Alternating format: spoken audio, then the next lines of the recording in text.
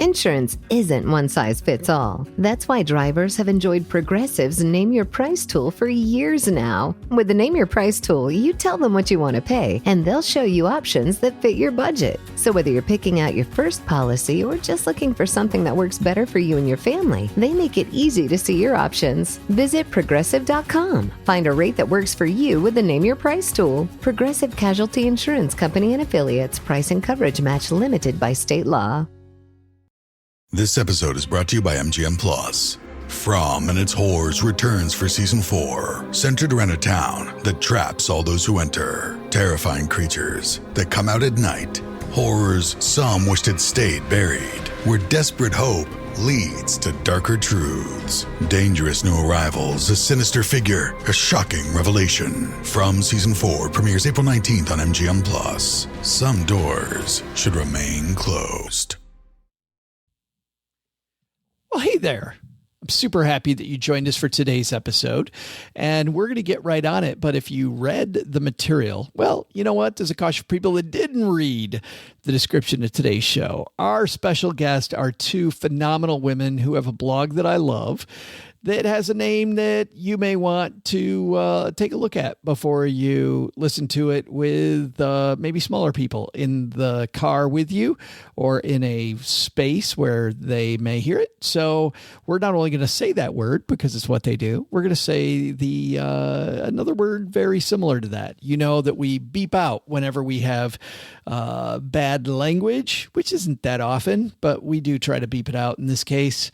Really don't think that it's right because it is the name of their blog. So here we go. Let's get it done. You're going to love today's episode, but I want to give you just a little heads up before we go. All right, Steve, press play on this thing and let's get it moving. Is this your place? No, I live with my mom. Oh. Yeah. You hungry? Hey, Ma! Can we get some meatloaf?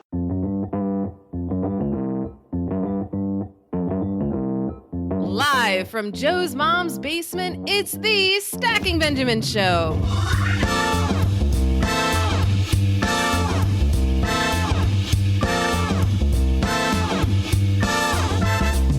I'm Joe's mom's cousin Diana. Today, we'll dive deep into one famous writer's thoughts about money with the Bitches Get Riches ladies, Kitty and Piggy. Hi. Plus our own Mr. Howell, OG. And finally, the man who played the title role in Gilligan's Island, he's dead. It's just the very much alive, I think anyway, is he moving? Yes, it is Len Penzo. But that's not all. Halfway through the show, I'll share my faraway trivia question. And now, a guy who's the skipper to my captain, it's Joe Saul-Sehy.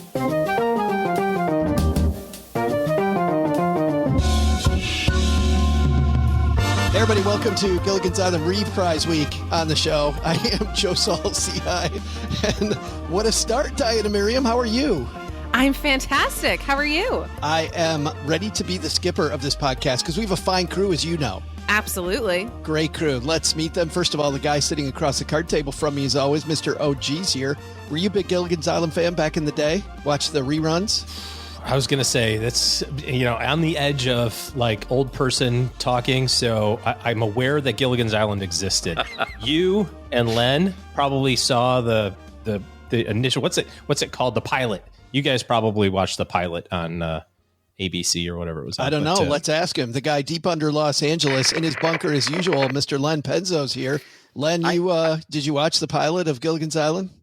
I didn't know there was a pilot on the island. I thought there was a skipper and there was Gillian, but maybe I missed that. It doesn't get better than this. I'm not so sure. Yeah. How are you, Mr. Penzo? Well, I just had my 60th birthday, and I know, holy crap, Joe, you're a little younger than me, but it was kind of traumatic here. And I've been reflecting, and I used to think I was indecisive, but now I'm not so sure. Oh my God. What? And it's still Thank you. And wondering Thank you. what the hell they're doing here. They have not been with us since Diania, your EconoMe Conference, where we did our live show. We've got the Bitches Get Riches ladies back. The blog that I have said over and over is not aimed at me, but is my favorite blog on earth by far. Piggy and Kitty here. How are you, ladies? We're great. We are ready for this 3-hour tour. I mean, we do have our agent on the phone complaining that we're here, but yeah, if we get a better offer, we're out. We're out. We're already in it. We already put clothes on, so we're here. We're ready. Well, and just so people know the voices, because there's two of you playing on Team Paula Pant this week, since she couldn't be here. Let's do the voices so everybody knows in audio land. Kitty, how are you? I am Kitty, and I want to be the pant in the Paula Pant. And then the Paula in the Paula Pant is Piggy. Yes, I am the Paula in this Paula Pant. I am Piggy. We are the bitches and bitches get riches. And by the way, oh my God, this is funny. I started that sentence and I got halfway through it. I have no idea what I was going to say. By the way. It doesn't get any better, does it, Len? Unfortunately, no. And I'm significantly younger. I have no idea. Well, I don't know about significantly. And the memories. It's a rounding error. I'm going to keep playing that card, Len. I think Joe rounds to 60 at this point. So I'm going to keep playing that card. But anyway, Piggy and Kitty, last time you guys regaled us with your theme song on Diana's EconoMe stage. That was fantastic. I was surprised your agent wasn't talking to you more about that, about like going on tour with Taylor Swift. You know, we had offers, but at the end, we just felt that there wasn't quite synergy between our brands. You know, tons of respect and admiration for Taylor and what she's doing, but, you know, we needed to go our own way. I'm so glad you used the word synergy because it's my least favorite word, and so I try to use it constantly. I really appreciate it. You're welcome. You're welcome. And we were on stage together at EconoMe. Diana, how's the EconoMe Conference? I can't believe it's next weekend. How are tickets looking? It's funny because I see an email come through. I shouldn't be paying attention to this, but nice. Glad you're here with us, Diana. 2 more tickets literally just sold, so it's very exciting. Yes. If you go to economy.com economy.com and you use code Stacking Benjamins. EconoMeConference.com. And EconoMe the code Conference. is Stacking Benjamins, all one word. You get 10% off. Get it if right. If there's any tickets left. Those could have been the last 2 that just sold. I don't know. I can't keep track anymore. Who knows? Well, we've got a great piece from the Morgan Housel. So we're going to dive into that in just a second. Today's roundtable discussion brought to you by State Farm. State Farm agents are small business owners too, so they know how to help you choose personalized policies that fit your needs. Like a good neighbor, State Farm is there. Talk to your local agent today. They were, Piggy, a neighbor of yours, huh?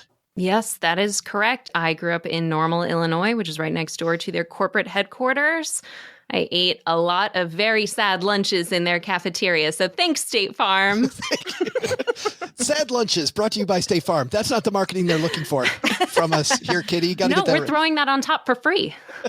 That's a bonus. By the way, what was on those sandwiches at State Farm? I remember a lot of wilted lettuce. And keep in mind, this is the Midwest. So ranch dressing and cheddar cheese is what makes. In business, there is no room for guesswork. Every shipment matters. Every deadline counts. And when you're trying to keep operations running smoothly, the last thing you need is uncertainty. That's why reliability is at the core of USPS Ground Advantage. From the moment your package is first scanned in, it moves through a secure nationwide network, aiding in a timely and accurate delivery. You get near real-time tracking so you can keep up with your shipments. And with affordable upfront pricing, there are no hidden fees or surprise surcharges to throw off your cost sheets. It all adds up to predictable deliveries you can depend on, because knowing your logistics are handled lets you focus on everything else, your customers, your team, and the future you're building. Visit USPS.com/Ground Advantage to start shipping with confidence. USPS Ground Advantage. We mean business. No mayonnaise? How come there wasn't any mayonnaise? We're working on that. It's Miracle Whip. It's the Midwest. Thank you. Miracle Whip. Miracle Whip. I believe it's pronounced aioli. Whip. Not the native New Englander. Like, whoa, back off, Midwestern people. Yeah. Well, Kitty, I'm sure you've done poetry around Miracle Whip. Miracle Whip is its own poetry. I had a breakfast mentoring meeting yesterday with a young woman who was just amazing. She is graduating from college with a degree in wealth management, and she reached out hoping for some pointers. And listen, if somebody's in Texarkana and wants to go into this beautiful field of personal finance and helping people get their money together, that is incredible. But even more incredible is how she reached out, how she was trying to network, And I was having a discussion that finding the right person and avoiding the wrong person for a role, that's what can make or break an organization. And we just don't see that many qualified people. So how do you find them? Well, Indeed sponsored jobs is a boost whenever you need to find quality talent. If you're hiring, Indeed is all you need. You can stop struggling to get your job post even seen on other sites. You'll match with quality candidates with Indeed's sponsored jobs. Get matched with and hire quality candidates who can drive the results you need. Reach candidates who meet your specific criteria like skills, certifications, or location. It drives me crazy when I'm matched with all kinds of people who aren't a fit. I don't have that kind of time. People are finding quality hires on Indeed right now. In the minute I've been talking to you, companies like yours made 27 hires on Indeed, according to Indeed data worldwide. Sponsored jobs posted directly on Indeed are 95% more likely to report a hire than non-sponsored jobs. Spend less time searching and more time actually interviewing candidates who check all the boxes. Less stress, less time, more results. When you need the right person to cut through the chaos, this is a job for Indeed sponsored job. And here's what's cool, Stackers. You're going to get $75 in sponsored job credit to help get your job the premium status it deserves at Indeed.com/podcast. Just go to Indeed.com/podcast right now and support Stacking Benjamins by saying you heard about Indeed right here at Stacking Benjamins. Indeed.com/podcast. Terms and conditions apply. Hiring, do it the right way with Indeed. That was an amazing poem. Thank you for regaling us with that. We've got Kitty and Piggy here. The bitches are with us, Diania Merriam and Len Penzo. So let's go.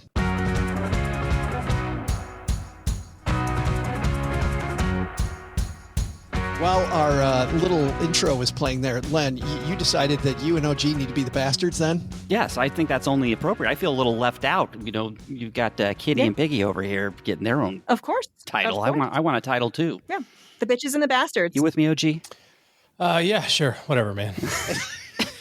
And so where does that leave Diania? Piggy, you're making her an honorary. Oh, Diana's an honorary bitch. She has been part of our family for quite some time. So Diana, I've always thought of you as a huge bitch. I've been a bitch my whole life, actually.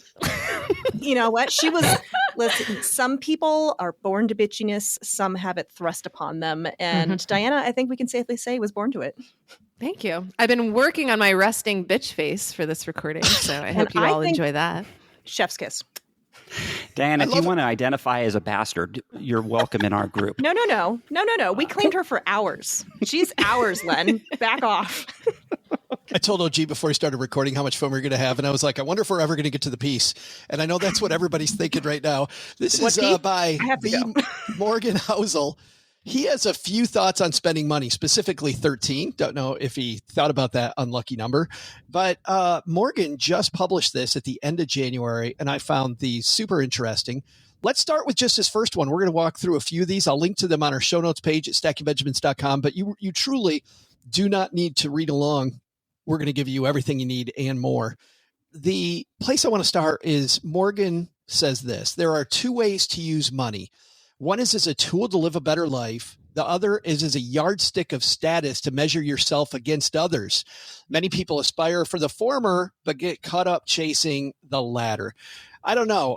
Kitty, let's start with you. Was there ever a time in your life when you found yourself chasing the admiration of others by spending more money or chasing their love? Well, Joe, first I want to say that I agree that money is a tool, and I would know because I'm a huge tool myself. It's true. I have found, yes, that for me, money is typically secondary. What I am often chasing is achievement. And those two things so often go hand in hand together. And it's taken me 100% of my life, and will continue to take me more, to figure out what is the difference between an achievement that I really want for myself versus what is an achievement that is me trying to be the best little girl in the world who wants to prove that I am worthy of love, worthy of respect, worthy of the space that I take up in the world. And so I really feel that one in that way. Money often comes when you chase achievements, but Do you even really need it? Well, it just makes me think, Piggy, that what Kitty's saying, I feel like the internet makes it worse. Like social media makes it even worse, don't you? Oh, absolutely. 100%. And I mean, this is, if you have ever wanted to travel or you follow travel Instagrams, or I believe the children are calling it the Clockety Talk app, TikTok. That's the one. That's the one the kids are on. Yeah, if you follow those traveling accounts, it can be really easy to look around and be like, oh, all these people are taking fabulous European vacations. All these people are spelunking in Asia. Why am I not doing that? Clearly, I'm missing out on something. So it can be really easy to derail your own plans and your own sort of purposes that you've set money aside for, because you feel like you should be doing something that you're not. You should be keeping up with the Joneses, or in some ways living up to these aspirational social media accounts on that Clockety app. I think it's possible to have a little bit of both here, where you're using money as a tool to buy your freedom, but it's also a little bit of a flex. So I'll give you an example. I drive a 2010 Mazda 3. Like, there is no Scoreboard. flex when it comes to my car, right? But I had a bumper sticker on the back for a long time that said, my other vehicle is a 401k, which is actually a big flex. So I think there's a fun way to combine the two there. Excellent finance pun, by the way. I think it's funny how a flex in our community is different. Like, my car's got 250,000 miles on it. Bam. Like, it's a whole different type of flex. Len, you were young once upon a time, I heard, supposedly. A long time ago. Did you find yourself getting caught up in the yardstick of status to measure yourself against other people? No. Not at all. I've never been impressed by displays of wealth or supposed displays of wealth. Maybe it's because I realized that just because you can flash wealth, or you have wealth, or like a flashy car or something, that doesn't mean you're wealthy anyways, does it? It could mean, and in many cases, it probably means you're just over-leveraged yourself with debt, and you're living paycheck to paycheck to keep that thing on the road and impress people. So for me, that's never been an issue with me. I bought my very first new car when I was 50 years old, which unbelievably was a decade ago from there. So I've never had that. And that's fortunate for me, I think, because it sure helped me save as much as I needed to retire when I did. How old were you when you retired, Len? I was 58. Attaboy. Did you walk uphill both ways with no shoes to retirement? Yes.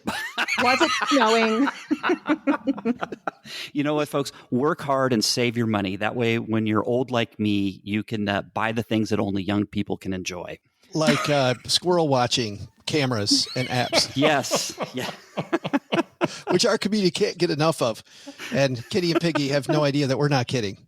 Len has these cool squirrel watching apps. How dare you think that in my household, we are not the kind of people who go running into the next room to say, oh my God, there's a blue jay, hurry, run, we've got to see him. Birds are one thing. I get birds, like they're different and they're colorful, but squirrels? Kitty, all you need is a camera. If you have a camera, you don't need to run anywhere. You can sit in your couch and watch TV and then still pick up your phone and see the squirrel or blue jay on the camera view. Shame on me for wanting to burn a calorie. I will consider this an investment in my future. Thank you. Well, you see this? We got you on the status thing right there, Kitty. Like, if you have any status with us, you're going to buy the squirrel cam. Exactly. That's total. I've got to get a squirrel cam, otherwise what will the boys think of me? I kind of imagine Len in this like Batman-esque command center with like screens upon screens of squirrel cams displaying. And Cardinal alert. Not yet. Please tell me you have a squirrel picnic table, though. We do. Oh, thank Absolutely. God. And I painted on the side of it, says nuts 5 cents. So it's really cool in the video, so you can see the... But those bastards don't pay, Len. They don't pay. I know. Well, you know what's funny is I always ask the honey bag, did they leave a nickel this time? No, they've never left a nickel. Yes. It's the honor system, but squirrels have no honor. Squirrels have no honor. We're in for like $30 a month in nuts for these squirrels. It's almost as expensive as a dog. Yeah, this is the road to fire, people. Like, you heard it here first. Get yourself a squirrel cam, spend $30 a month on nuts, and you'll be at early retirement before you know it. No, Piggy, this is the road to a podcast nobody listens to. What this road is. Welcome to Squirrel Cam Radio. Yeah. OG, and I'm sure you see this all the time, is that people constantly, I mean, they will tell you when they're in your financial planning office that they want a better life, and yet when you look at the things they own, it says, I want status. It's like the Maury Povich show, right? Like, you say that you are the father. The test results show you are not. Right. Or, whatever. You say you're interested in retirement, but however... Yeah, you want to retire, but your spending pattern suggests that you want to work till you're 93. I think there's a time and a place for all of these experiences and kind of the story arc of... I'm surprised, Len, that you said that it's never happened to you. And I suppose you're probably in the minority. Oh, I'm sure, yes. Vast minority. I'm sure I'm in the minority, yes. And he talks about it a little bit later about like different types of money, like if you came from money or if you came from not having money, that's going to maybe kind of pull you in one direction or another. But we've talked a lot about the transition from things to experiences. And I think that at some level, like you just have enough stuff to not actually care about having more stuff, but instead you do want to do those things. I stopped going on Instagram because of the Yellowstone Club. If you don't follow Yellowstone Club on Instagram, you're missing out on FOMO like crazy, because it is the most magical place in the world. And Justin Timberlake has a house there, apparently, and Jerry Seinfeld. And you pretty much realize that there's no chance that you'll ever have $30 million to spend on one house. Not like 30 million total, but just like one house is 30 million. You're like, holy crap, what do I not know that doesn't, that exists? Like there's so much out there. It's too much. It's too much. Just do you. Focus on what's important to you. And if you want to drive a fancy car, drive a fancy car. But don't do it at the expense of other financial goals.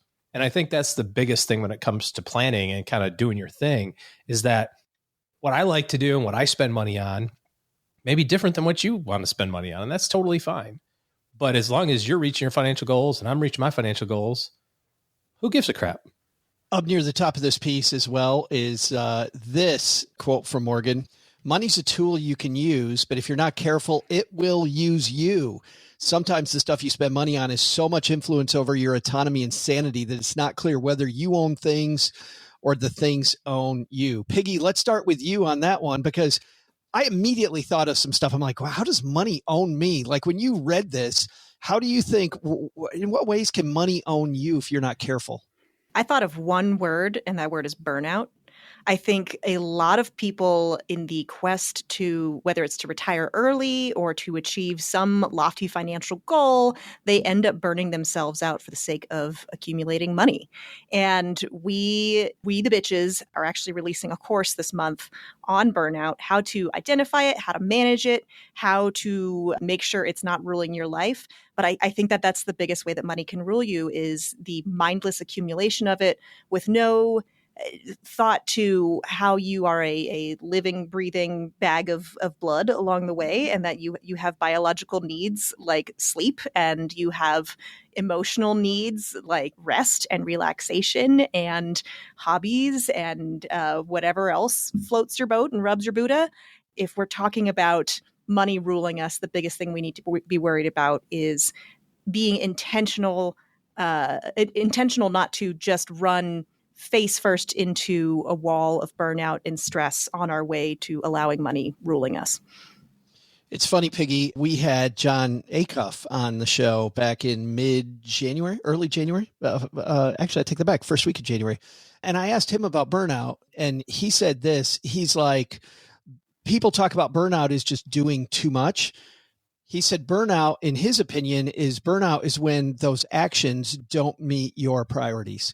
When you realize that I'm doing a bunch of stuff, like you don't get burnt out doing the crap you like, right? You get burnt out when you're like, I am doing so much stuff and none of this aligns with my goals. And I'm seeing you nod your head.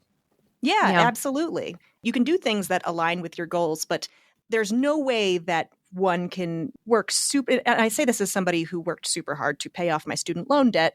Like, if there were times in that journey when I was so burned out and I was so tired because I was working multiple jobs and I was putting every penny toward my debt, which is exactly what we tell people to do when they're trying to get out of debt.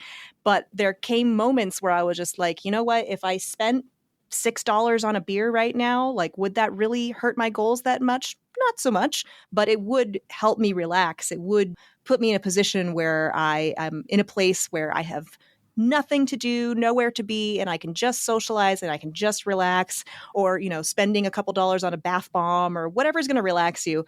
That's not going to set your goals behind that much, but it is going to do a lot for your ability to persevere and your endurance to get through without burning out and then losing way more progress towards your goals. But it's funny, though. We did a show a couple of weeks ago where you talked about having a beer, not going to hurt you toward your goals. But there are people on the big time, I'm an overachiever. I'm working in this big organization. I'm trying to climb the corporate ladder. That one beer, Piggy, turns into self-medication. And then it totally goes against what you're trying to do. Yeah. Yeah, I think that's totally fair. And I think that there was a time in my life when I was one of those people. And I Kitty, totally was. Yeah, like Kitty can attest to this. Like we've all been there. I think it's learning to moderate yourself. Like, do you guys know what Rumspringa is? It's like when okay, great, I'm teaching you a new word. This is so fun. So Amish kids. I learned about Rumshaker listening to what was that rap song in the early 90s? This is a whole different thing. Inappropriate. Cut that. That's a different thing. Nope. Slightly different. No, Rumspringa is what happens when Amish kids are in their late teens and they've grown up in this Amish community. They don't have technology. They don't have access to the internet. And their parents say, all right, for the next year, you're going out into the secular world and you're going to do whatever you want for that year. And if at the end of the year, you're ready to come back and live the Amish lifestyle, great. And if not, also no foul, like go on and live in the secular world. And what they find is a lot of these kids who have spent their whole life so restricted, living this very restrictive Amish lifestyle, they go out in the world and they go nuts. They party, they drink, they do all these wild experiences and they just have a great time. And then when they come back, they're like, whew, okay, I think I'm ready to buckle down. I think I really believe in our lifestyle and I'm ready to get to it. And I feel like the concept of Rumspringa is just like, if you bottle something up so much, like you're way more willing to keeping it under pressure, like a bottle of champagne, you pop it and it just like all comes pouring out. So the point, and I do have one, is that if we are bottling up all our self-care, all of our little tiny luxuries like a beer after work or a bubble bath, can you guys tell I really need a bubble bath? If you're bottling all these up and you're not engaging in even one small form of self-care, you're far more likely to burn out and then like just go nuts with using multiple beers as a coping mechanism or self-medicating in some way, which is why you need to engage in this very moderate, very planned, intentional form of relaxation and self-care as you're on your financial journey. Because you don't want to have your Rumspringa moment, which will totally throw you off your goals. That's wild. I'd never heard of that. And we had Amish the last 25 years has been that for me. Your Rumspringa moment? Yes, absolutely. Rumspringa 20 years. I'm ready to buckle down, guys. All right. Just maybe one more weekend though. Welcome and then back, I'll be back. OG. And then I'll be back. Maybe on Monday. It's funny. I love where you took that, Piggy, because that was not at all what I was thinking about. Kitty, when you read this, what came across your mind for money using you? When I read what? What I read? We read something? There was homework. Were we supposed to do this? When you saw that money's a tool you use, but if you're not careful, it can use you. I was like, what? I didn't think at all what Piggy thought, but I love that. What did you think? It's interesting. What came to mind for me first was the number of people that I know who have set up a lifestyle where they feel that it's necessary for them to spend an awful lot of money in order to not provide for themselves, but to provide for everyone around them. I think of the people that I know who take on a second job that they do on nights and weekends because they want to be able to afford to send their child to private school. That is the kind of decision that people make because not only is sending their child to the best possible school important to them, but it's part of their identity that I want to live my values. And part of my values is that I'm going to be the best parent that I can be. And I'm going to make sure that my children have every advantage that I'm capable of giving them. But what is so interesting is when you see people who really overcommit to providing the best of everything, you often end up with the consequence of that decision is that this hypothetical parent then isn't spending that time, those nights and weekends with their child. Or maybe they're going to the soccer game, but they're furiously typing on a tablet the whole time, which is just so depressing. Spending money instead of spending time. Yeah. Yeah. Yeah. It just becomes a trap that I don't know how to show the world or the people around me what my priorities are unless I'm spending money and time on them. And that is oftentimes that is how we can show that something's important to us. We spend our time and we spend our money on it. Those are our two most limited resources. But the consequence is that can you show how much something matters to you without throwing money at it? Can you show someone how much you love them and how much you want to provide for them without spending a dime? It's challenging. And I don't blame people who get stuck in a loop of thinking that, well, my child or my partner or my family or my dog deserves the very best in life. I just bought an 80-pound bag of dog food. It was so expensive. And my old dog, who I bought it for to try to put weight on him, he won't eat it. So you know what? Scroll these hangers on. Look out for yourself. Len does the same thing for the squirrels. He takes the acorns and spreads peanut butter on every single one. He's like, I'm saving room. They do get special treats. They'll get avocado. Sometimes we'll throw a little pecan in with the walnuts. They like some of them like bread. Some, the nice French bread. They enjoy In about it. 6 weeks from now, we're going to hear this story on Len's blog about how the squirrels got into the attic. They ruined all the insulation. Nah, this is California. The squirrels don't Let even squirrels bother. eat better than I do. I know. Your avocado toast feasting squirrels. My God. They're going to rise up against you. Len's You bougie better be squirrels careful. in the backyard. Some lattes. So, Kitty, I love where you took that also, and that's not where I took it either. Len, how about you? What did you think when you saw this? Well, to me, it's when you allow money to be a drug for you and you kind of abuse money. And most people abuse money by spending up to their income level. So, and then you get on that hamster wheel where you continually want more and you have to strive to make more and more and more and more just to keep pace. So to me, it's like any drug. I mean, it's a great thing in small quantities, but if you abuse it, it can end up being very addictive and it can actually backfire on you. So the quest for more money, and it comes down really to self-restraint. I mean, there comes a point, like I remember when I was younger, I had a goal in mind. I remember when I first started work, I said, well, I want to make X salary. If I can get to that number, I'm going to be perfectly fine. I mean, life's going to be great. And usually that works as long as you're willing to, once you get to that X number, you don't continue.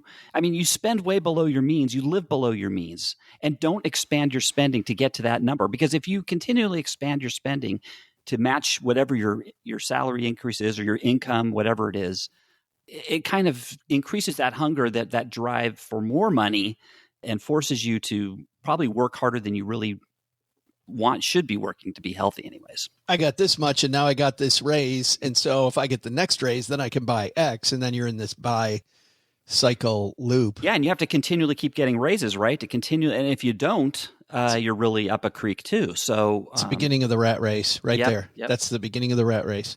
Still not what I was thinking. OG, how about you? It's like a competition to try to read Joe's mind. No, actually, it's not at all.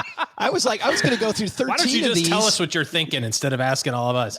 No, the thing that popped in my head for this around having money control you was the experience that we had in the pursuit of all of the real estate that we owned.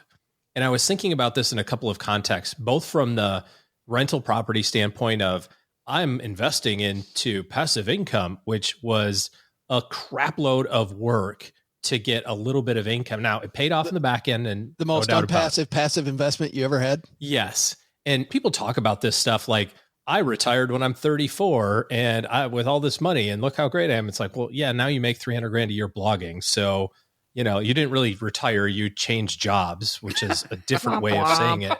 Yeah, I want more people to talk about that. It doesn't bother me, but don't tell somebody to retire. I mean, that's fine. But my point is, I want our blog to make $300,000. Can you hook us up with I know. Yeah. whatever that was? Yeah, exactly. Well, as soon as we figure out how to do it. Kitty, here's what you do. And it worked for me. I did just get all your readers and tell them to click on every ad on your blog page. And I'm telling you, you can make a good chunk of change. Len does that nickels. actively. Those nickels roll in. Click Just here click to support everything. the blog. Just click everything. Click everything. He's got a banner on the top. His website's called clickeverything.com. Yeah. Click everything. lenpenzo.com/click Click everything. here.info. I love it.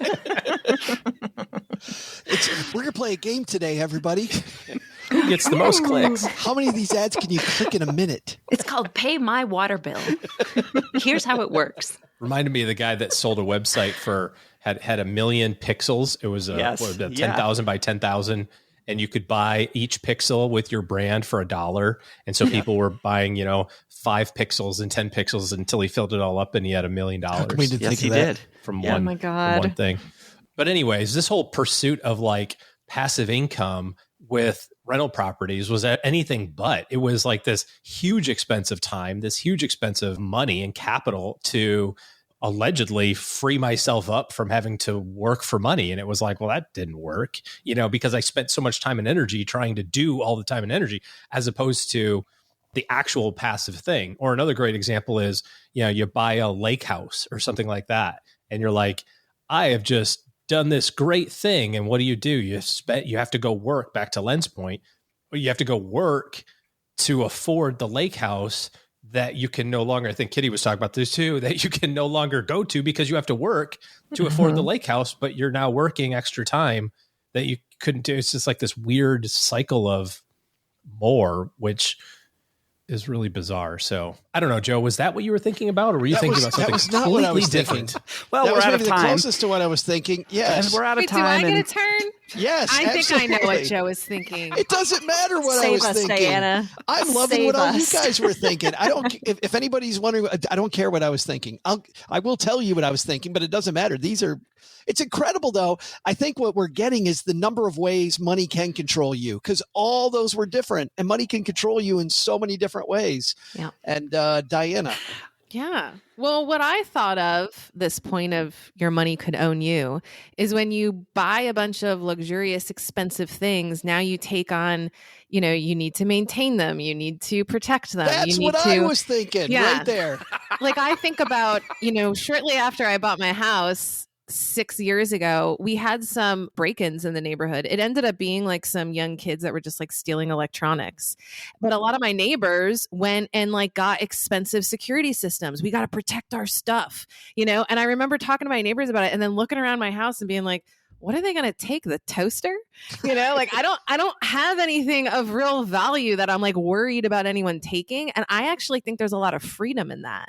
If I had a bunch of like expensive things, now I got to worry about protecting them and buying even more stuff to protect my expensive stuff.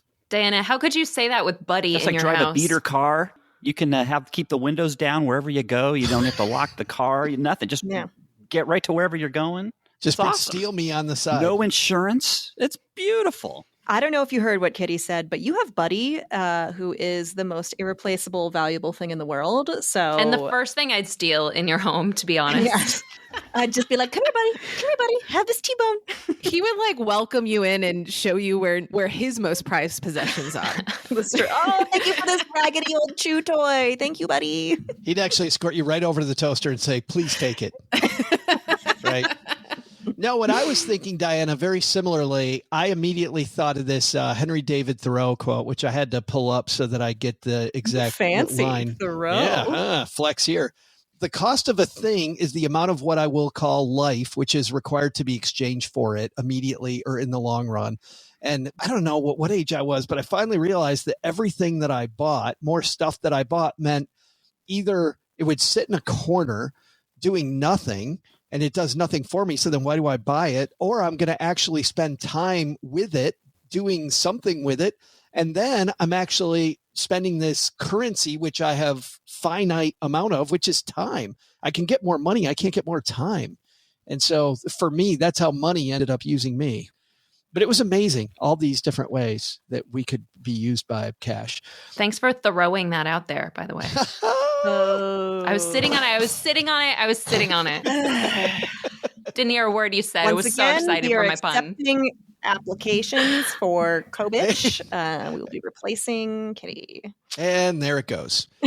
We're going to come back to this, and maybe we'll get through 2 more of these 13 in the second half. But at the halfway point of every Stacking Benjamins Friday roundtable episode, we have this epic competition between our 3 frequent contributors, Len Penzo, OG, and Paula Pant. And today, Kitty and Piggy, as we said earlier, you are Team Paula, which means, Kitty, there's good news and bad news. Do you want the good news first or the bad news? Oh, the bad news. Well, the bad news is that Paula is doing what she does every stinking year in this competition, which is she's in last place. You did not have to tell me that. I love Paula so much. And part of my love for her is knowing she is coming in last place in a trivia contest. Always. No surprise there. I think her brain is full of all the big stuff. It really is. Remember that time she was going to present on a stage in front of 500 people at EconoMe Conference, and she only shaved one of her legs and had to go running back to her relatable hotel moment to shave her other leg.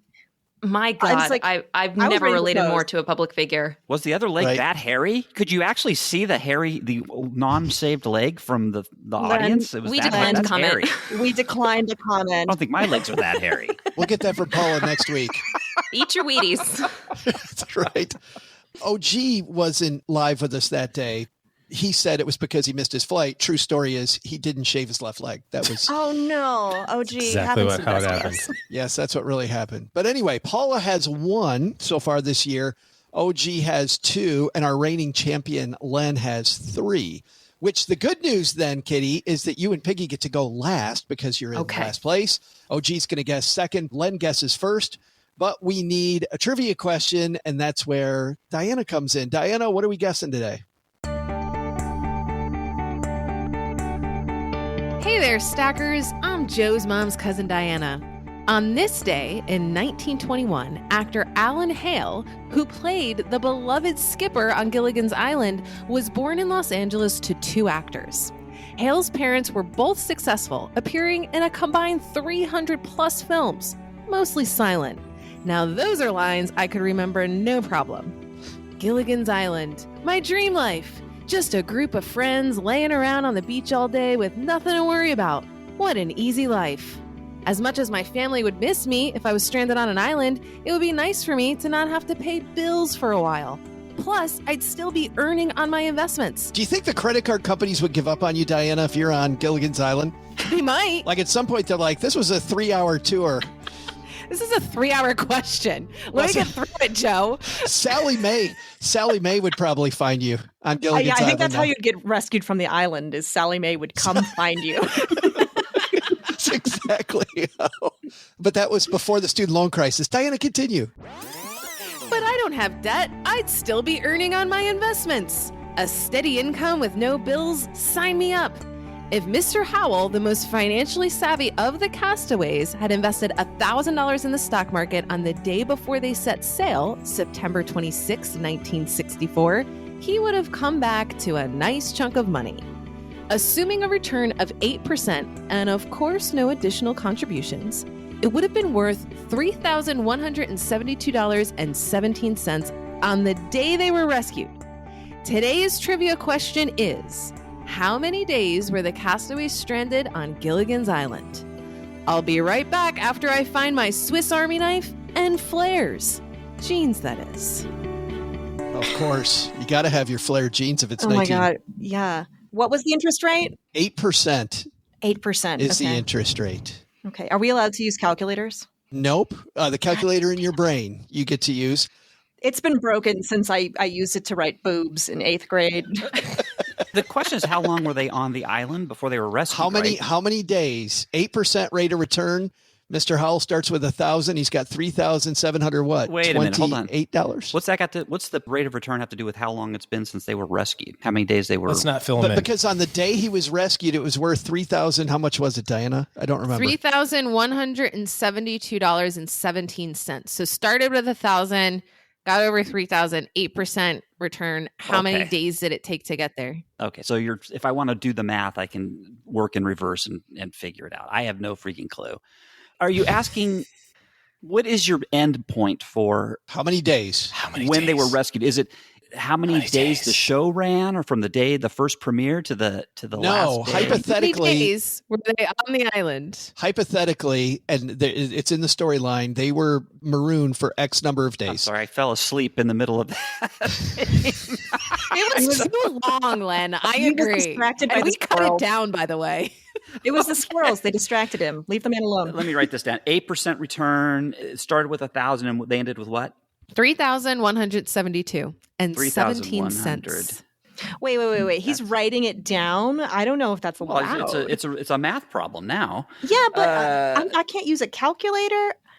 Listen, I haven't done. Paper violates the spirit of the treaty, I believe. Yeah. All right. I tend to agree, Len. Okay. 8% return, $1,000. You finish with $3,172. Okay, I'm going to have to be quiet about how I'm doing this, because if I say how I'm doing this, then everybody else is going to be. I'm going to say. What is? Okay. This is riveting radio, by the way. Yeah. Rule of 72. Yeah. Rule of 72. Your investment doubles. If it's 8% return, 8 divided by 72 is what? 13. 13 years. So wait, 9 years. 9 years. So a double at 9, and then another Nice try, another OG. half. A double at 9, and another half is 13. I'm going to say just 13 years. Well, you got to give us days. The question is days. 13 years times 365. Can somebody please do the math? So please put Len out of his misery. And it doesn't matter because these guys are going to sandwich me. So I did all the work. Promises. 15, 19, 1,000, and then 365. And so that's 4,765 days. 4,765. OG, what do you think of that number? What was Len's number? 4,765. 4765. So in case you don't know, the right way to play this is one of us picks the higher number, one of us picks the Yes. lower. Yep. And especially with this, we just kind of yellow it out. Ooh. Do you guys have a preference? Would you prefer the over or the under? I'd really love the over, please, if that's Yes, all I'll right. take you. the under. I'm looking out Perfect. for Paula. I'll take the under. So whatever Len's was I'm more of minus an 1. I Love Lucy person, so this is a big challenge. Yeah. Yeah. Sucks to suck, Len. The last time I thought about Gilligan's Island was when I was like in a college literature course, and I realized that you could sing all of the poems of Emily Dickinson to the Gilligan's Island theme. That's true. Yeah. I dwelt in possibility, a fairer house than prose, more numerous for windows, superior for doors. Art school, guys, superior it's a for steal. doors. Only $45,000 a year.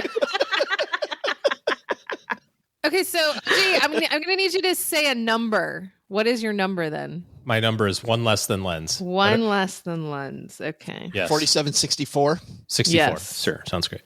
And the bitches take 4766, I'm hearing. Yes. That is correct.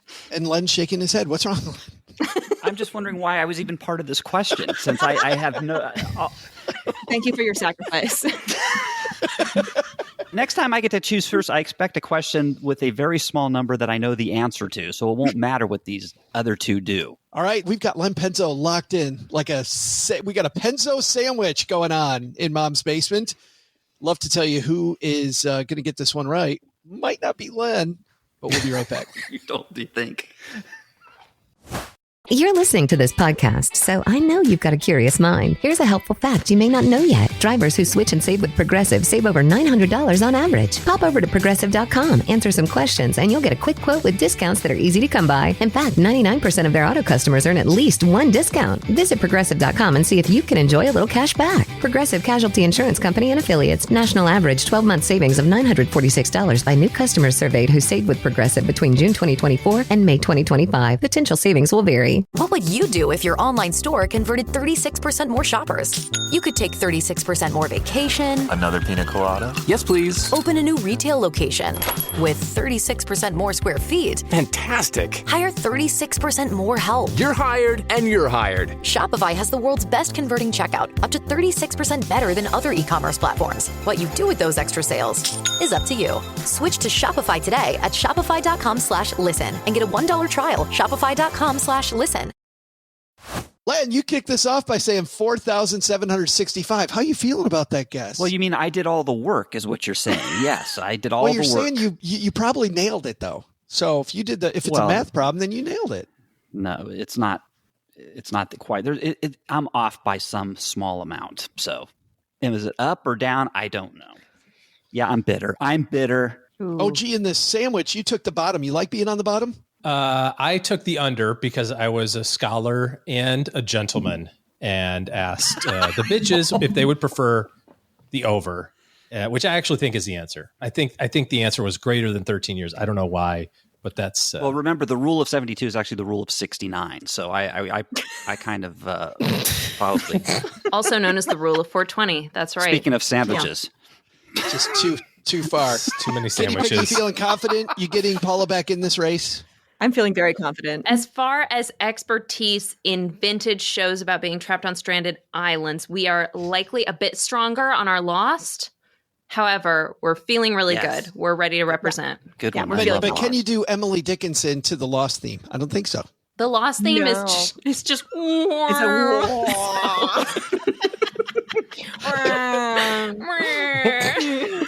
By the way, wasn't that kind of anticlimactic? The whole ending. You went. They strung us out for like 7 years, and then I know. the end. I Was waited that's like it? 5 years to watch the last season, and by the time I watched it, I was like, okay, this is adequate. This does the job. But at the time, I was too angry to watch it.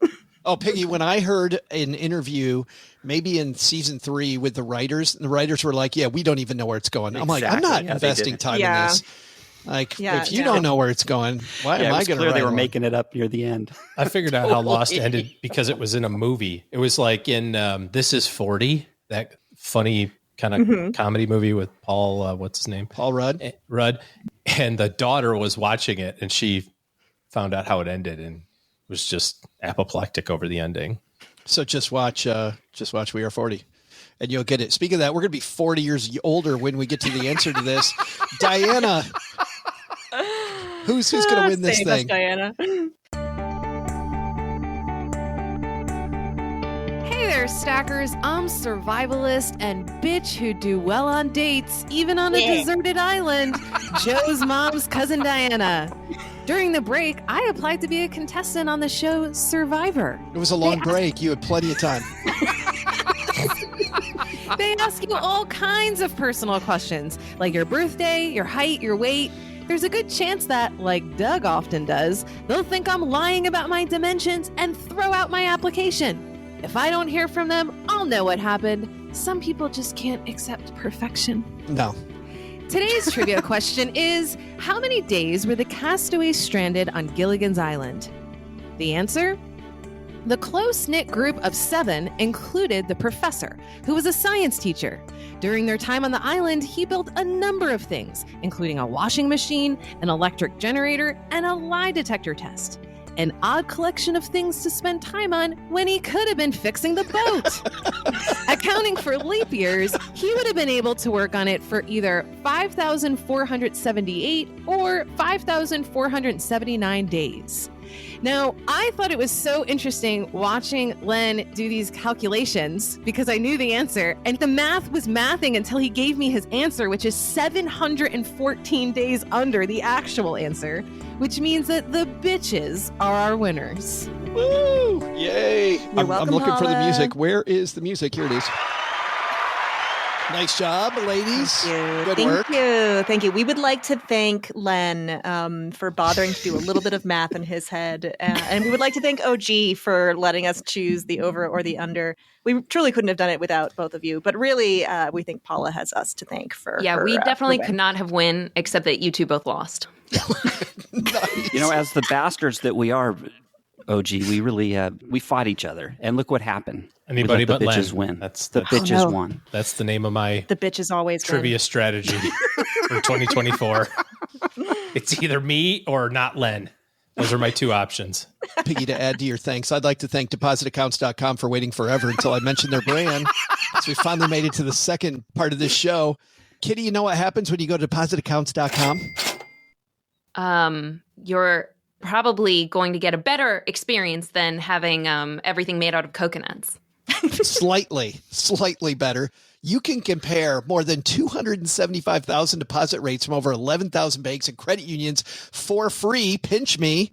If you go just to depositaccounts.com, you'll see the current rates on savings accounts, CDs, checking, and money markets. And get this, the national average, as you're reading this, check this out the day that you hear this, because we're recording a little early. National average on a savings rate, it's 0.51%. Top one. 0.53%. It went up while we were doing this last trivia thing. Because it took us so long. The top 1% is 4.98. if you're in the top 1%. So that brick and mortar bank might not be doing all it can. Head to depositaccounts.com to compare, ditch, switch, and save. All right, let's go over some of these. We covered 2 of them.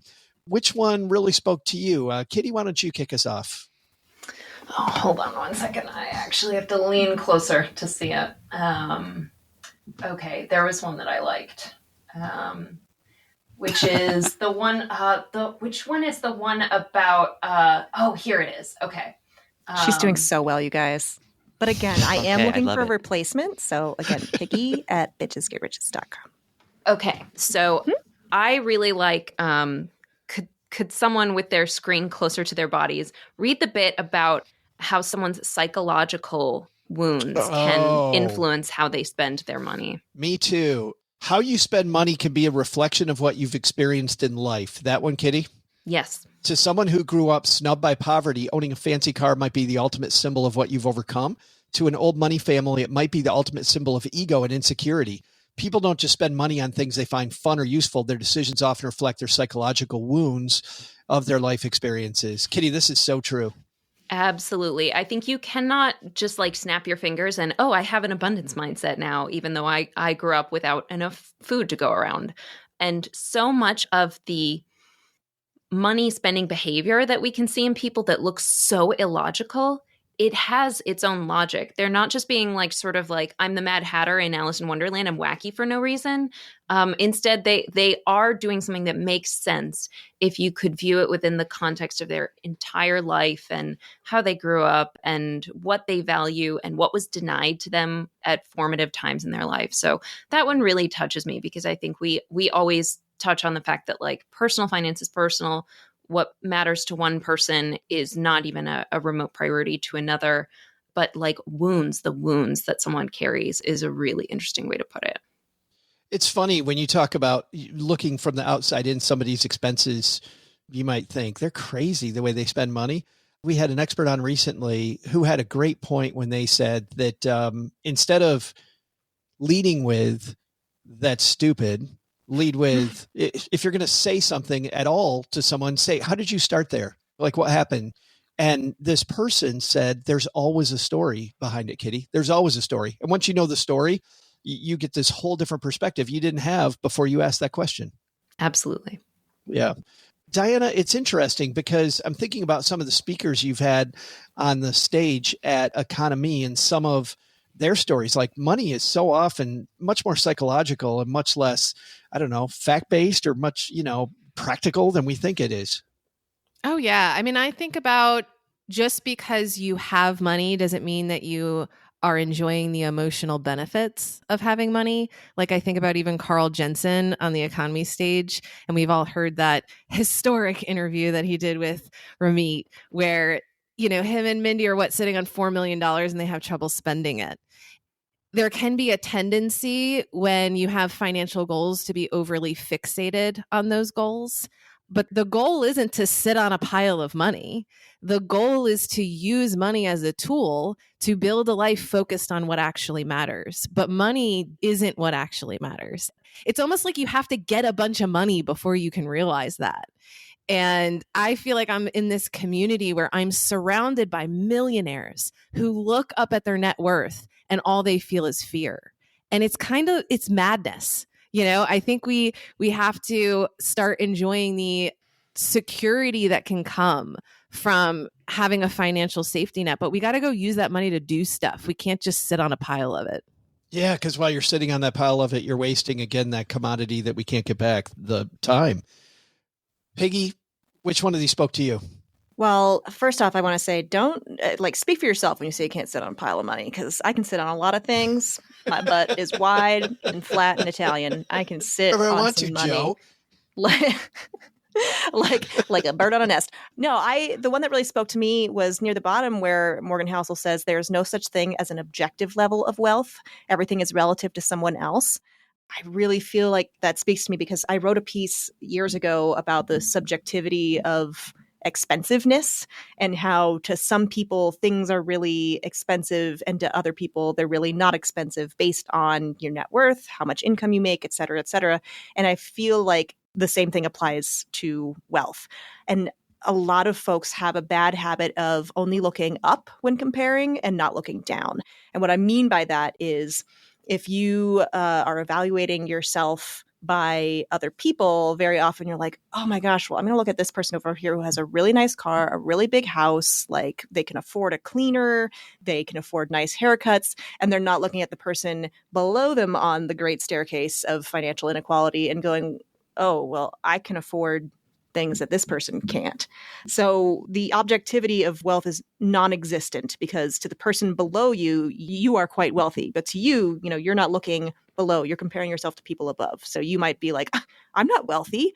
I can't afford my house being cleaned 4 times a month. Can you tell that my house needs to be cleaned? That really spoke to me because again, I need to look at the mother of twins panhandling in the grocery store parking lot when I'm feeling down on my luck and not the person who lives in my neighborhood and has an immaculately manicured lawn in a much larger house. Well, and this is OG, what Strategic Coach, OG and I both get coaching from this group called Strategic Coach. They caution us on because people, as explained by Strategic Coach, OG, they keep moving the goalpost, right? I mean, if you don't sit and stop comparing yourself and just look at what you've accomplished, you'll always move the goalpost. Mm-hmm. Well, I think it's important to continually work on yourself. Sometimes that means having higher aspirational goals, but by the same token, there's some limit of enough, when it comes to just generally stuff. And we work with a lot of clients on long-term financial planning, and Len was trying to do some math in his head about the power of compounding, and it's really profound. We just can't do it in our heads to forecast, if I save this money for this, my entire lifetime, how much money will I have? And you do just an Excel worksheet and you see, oh, it says I'm going to have $25 million if I do this, or some big number. And my contention along the way with all of this is that you'll never see that because hopefully someone in your corner, whether that's somebody like us or other people around you, will go like, hold on, time out. You don't need to die with $25 million. Like, it's cool to build the hospital now. Like, do it now. Like, have the fun or have the experiences or make the difference or do whatever is important to you right now while you're able to enjoy that, while you're able to see the benefits of it. There's a very popular book, the Die with Zero book, and we were just talking about this with a client a little bit ago. I don't particularly like the idea of dying with zero. That's a gamble that I don't want to take. Plus, I think that we get the benefit of time. And why would I want to rob my kids of the fact that I had 90 or 100 years to save money ahead of them and to give them that power of compounding that I took the first 100 years on? I think that's a great gift. But I don't think that's the message of it. I don't think the message is literally die with zero. It's try to make it an impact on the things that are important to you while they can be important to the people that you're trying to make an impact on. If you go out and ask the Make-A-Wish people, would you rather have $10 million in 50 years from now, or would you rather have my $10,000 contribution today? Every day of the week, they'll say, give us the $10,000 today because we've got a kid right now we can send to Disney World. Yeah, and 10 million in 100 years would probably be great too. But we've got kids now that need to you benefit probably won't from be it. able to get into Disneyland for $10 million 50 years from now. Probably right. If you've been there recently, I can attest to the fact that it's gone up. That's how I think about a lot of this stuff. Is it's not a either or. This is a continuum of decision making, and all of this stuff kind of resonates with, I think, people who are thinking about financial planning the right way. What's interesting, the thing that I think about as I think about OG, what you said, and to what the piece that you brought up, and this piece, Piggy, is, that old kind of trite phrase that comparison is the thief of joy, but it also is the thief of what makes us different and how it is this personal journey. Like you talked about, OG, earlier, that, for you, buying individual properties was horrible. For my son, it's 100% what he'd rather do and would rather do nothing else. Owns these rental properties and he's going to actively buy more.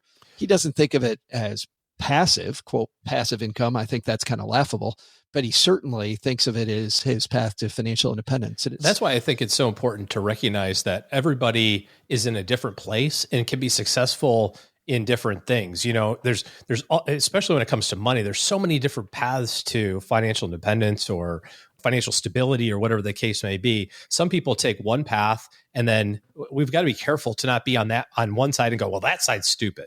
It's like, well, no, there's plenty of people who are fabulously wealthy buying real estate. And some people are really great with day trading penny stocks. I mean, it's not what I would do. It doesn't make my way good and their way bad. It's what's good for you and the skill set that you have, the capacity that you have to get better at whatever it is that you're working on. So Len, give us one more. Let's see. The one that resonated with me was the unspent money buys something intangible but valuable. He says freedom, independence, autonomy, and control over your time. This is his writing. It says every dollar of savings buys a claim check on the future. That's one way to look at it. I like the reverse way of looking at it, and that is when you're spending money that you don't have, you're actually buying into indentured servitude. So you're actually limiting your choices in life. So look at it that way. That's less choices when you're borrowing, more choices when you're saving. That being said, if you have to borrow, make sure you always borrow from a pessimist. Why? Well, because they never expect you to pay it back. Or borrow from Paula Pan. Didn't Paula say when she loans you money, it's a gift? Yep. So I immediately asked her for $5,000. You should have heard. I mean, that didn't happen. I'm like, come on, Paula. It's amazing. Kitty, when you go and buy something, do you think about it in Len's terms? Do you think about it of I'm getting rid of freedom. I'm exchanging this purchase for freedom tomorrow? I have never thought of money any other way. I remember very vividly that my very first job was as a camp counselor for a kids' summer camp. And I had to wake up at 5 a.m. to be at the camp by 6. And there was only one place in our tiny, tiny town that was open at that time, which was Krispy Kreme. So me and all of my coworkers would converge at the Krispy Kreme at the same time at the crack of dawn. And not to date myself, but this means that I would have been making $6.25 an hour, would have been the minimum wage at the time. When I would buy a donut and a coffee, it was almost $6.25. And so every morning I went in knowing that I just spent my first hour of labor just to feed myself enough to get up the energy to chase these horrible children. You know what, though, Kitty? That is a great way of teaching kids about the value of money as well. I've always, I still do that with my kids, even though they're grown up, but I've always done that. It's going to take you 2 hours now to make work to pay for what you just bought. And that seems to really sink in with kids. So that's great. Well, but I was going to say, Kitty, working at a summer camp for kids, no wonder you chose something that's like 90% sugar just to give yourself the energy to chase those kids around. They were coming for me on the Foursquare court, and I needed to defend my status as the king. So I really needed everything I could get. Children are a blessing. Back then, Kitty's blog was called Bitches Get Stitches. That's right. True story. Come for me. You're going to find out what asphalt feels like on your face. I think that's a great place to leave it. Don't come for Kitty. We're going to finish right there. Let's find out what's happening where all of you are at. We'll have our guest of honor go last. So, OG, what you got going on this weekend? This week is leading into spring break. So my oldest actually tomorrow is taking his SATs, and then we're going to go skiing for a couple of days. I got to stay home because I've got real work to do, but oh, shucks, I'm going to have the house to myself. Well, it really bums me out that I'm not going to be able to hang out with my family for a week. Bummer. But yeah, so that's what's going on. A quiet week around the OG house. Fabulous. Len, what's going on at lenpenzo.com, man? You know, every once in a while I do have something useful on the blog. And this week we talk about, there's actually an allocation that's been a portfolio allocation, not the 60-40, but there's one out there that with a mix of 4 different assets that some people call the perfect portfolio diversification scheme. So what are those 4 assets? Stop by lenpenzo.com and you'll find out. But the returns over a 100-year period have been, the proof is in the pudding, and they've done very well, actually better than the 60-40 asset allocation. Wait a minute. Stop on by. I think I got them, Len. You do? Lottery tickets, cigarettes, and I don't have the other 2. Well, that's good. Candy corns. Hookers and blow. I'm glad you didn't reveal the other 2, Joe. But and one last thing is, when you do stop by, please click on those ads. 2 or 3 at least would be very helpful to me as a retired person. It's a fun game for the whole family. Get the whole family over there. Just click everything. Yes. Oh, Kitty and Piggy, so glad you guys spent time with us again. That was so fun. Thanks for hanging out. Our pleasure. Our pleasure. What's happening at Bitches Get Riches? I just spent some time, maybe a week ago, going through all the different ways to pay down debt that you had. The snowball method by the way, anytime that you can put poetry in there and rag on Mr. Ramsey a little bit and have some fun, that was a good time. Thank you very much. And you can enjoy more of that at bitchesgetriches.com at any time. You can find all of our social media there. But no, we have kind of something exciting that I mentioned earlier. This month, we are launching our burnout course. It is incredible. It is a 2-hour video and 75-page workbook with practical, actionable exercises and advice on how to identify, manage, and heal from burnout, specifically career burnout, though we do talk about interpersonal burnout and caregiving burnout as well. And people can check that out at our website, bitchesgetriches.com/courses. Awesome. You're leaving out the most important thing, which is that it's very funny. Oh, it is so funny. It's the funniest. It is the funniest. I wrote it at 3 a.m. and I think it's hilarious. And I edited it so that it actually is. Betrayal. Top 10 anime betrayals. Just kidding. You're very funny, dear. Thank you. I love you and I show it without money. I'm just imagining Kitty waking up at like 6:30 next to her laptop with the vodka spilled over. And she's like, was that a fever dream or was I brilliant? And she looks at the words on the screen and goes, nope, it was brilliant. The closer we get to dawn, the more confident I become in all of my jokes. Which confidence is everything, especially in writing. Oh, especially. Awesome. And we will link to that. It's at bitchesgetriches.com/courses. All right. We'll link to that. We'll link to Mr. Penzo's 4 asset classes, which may or may not include cigarettes and lottery tickets. Thanks everybody for hanging out with us today. Diana, you've got the last word here. What should be on our to-do list? So what's stacked up on our to-do list for today? First, take some advice from the bitches and don't let your financial goals lead to burnout. It's just not worth it. Second, as our headline today pointed out, there's no such thing as an objective level of wealth. So stop comparing yourself to the Kardashians and look how far you've come. But what's the biggest to do? I'm going to invest $1,000 in the stock market today, just in case I find myself stranded on an island one day. That way, I'll have enough to retire to a different island after I'm rescued. You can find out more about Piggy and Kitty at bitchesgetriches.com. We'll also include links in our show notes at stackingbenjamins.com. Thanks to Len Penzo for joining us today. You can find Len at lenpenzo.com. Are you looking for more fun? Join me and a ton of other money nerds at the EconoMe Conference next weekend. If you hurry, you still might be able to get in before we sell out. Head to economyconference.com and use Stacking Benjamins, one word, for a 10% discount. Thanks also to OG for joining us today. Looking for good financial planning help? Head to stackingbenjamins.com/OG for his calendar. This show is the property of SB Podcasts, LLC, copyright 2024, and is created by Joe Salsihai. Our producer is Karen Repine.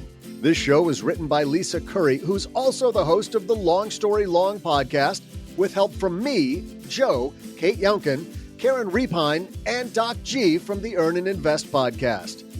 Kevin Bailey helps us take a deeper dive into all the topics covered on each episode in our newsletter called The 201. You'll find the 411 on all things money at The 201. Just visit stackingbenjamins.com/201. Wonder how beautiful we all are? Of course you do, but you'll never know if you don't check out our YouTube version of the show, engineered by Tina Eichenberg. Then you'll see once and for all that I'm the best thing going for this podcast. Once we bottle up all this goodness, we ship it to our engineer, the amazing Steve Stewart. Steve helps the rest of our team sound nearly as good as I do right now. Want to chat with friends about the show later? Mom's friend Gertrude, Stacy Doe, and Julia Garib are our social media coordinators, and Gertrude is the room mother in our Facebook group called The Basement. So say hello when you see us posting online. To join all the basement fun with other stackers, type stackingbenjamins.com/basement. For more interactive fun, join us on Instagram every Tuesday and Thursday for our Instagram Lives. Kate Younkin and Joe host those weekly. Not only should you not take advice from these nerds, don't take advice from people you don't know. This show is for entertainment purposes only. Before making any financial decisions, speak with a real financial advisor. I'm Joe's mom's neighbor, Doug, and we'll see you next time back here at the Stacking Benjamin Show.